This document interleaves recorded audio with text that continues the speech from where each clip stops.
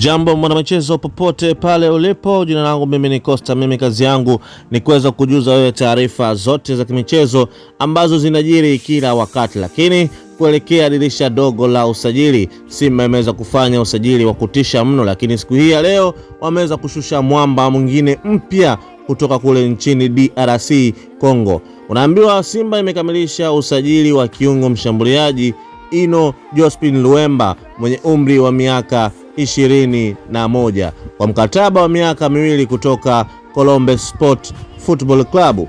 Luemba, mchezaji wa kimataifa wa Kongo kutoka Brazzaville, alikuwa katika mazungumzo na vilabu kadhaa vikiwemo Al Ahly. Yaani mchezaji alikuwa kwenye mazungumzo na vilabu vikubwa mno kama vile Al Ahly, Pyramid, MC Alger pamoja na Wydad Casablanca, lakini Simba ikaona ichukue hatua haraka ili kupata saini yake kabla vilabu hivyo havijaweza kumnunua. Najua kwamba vilabu hivyo vina uwezo mkubwa, kama Al Ahly na Pyramid ni timu kubwa sana ambazo zinaweza kumchukua mchezaji kwa kiasi kile chochote. Hata wakisema wape bilioni 3 basi wana uwezo wa kutoa. Kwa hiyo klabu ya Simba akasema ngoja tuweze kumwahi kabla klabu hizi nyingine kubwa hazijaweza kuweka ofa yao. Kwa hiyo Simba wamekamilisha usajili, lakini unaambiwa Luemba hapo awali aliwahi kucheza GSD Talangai, Inter Club na Colombe Sport kabla ya kuhamia kwenye klabu yake mpya,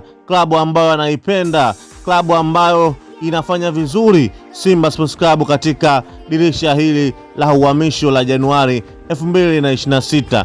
Simba itatangaza rasmi ni kama mchezaji wao mpya wakati wowote, wakati wa dirisha hili la uhamisho la Januari 2026. Kwa hiyo kuanzia sasa hivi Simba, au kuanzia siku hii ya leo na siku zinazoendelea, basi Simba wataweza kumweka wazi kabisa kuweza kumtambulisha ili ajiunge na kikosi kule nchini Misri walipoenda.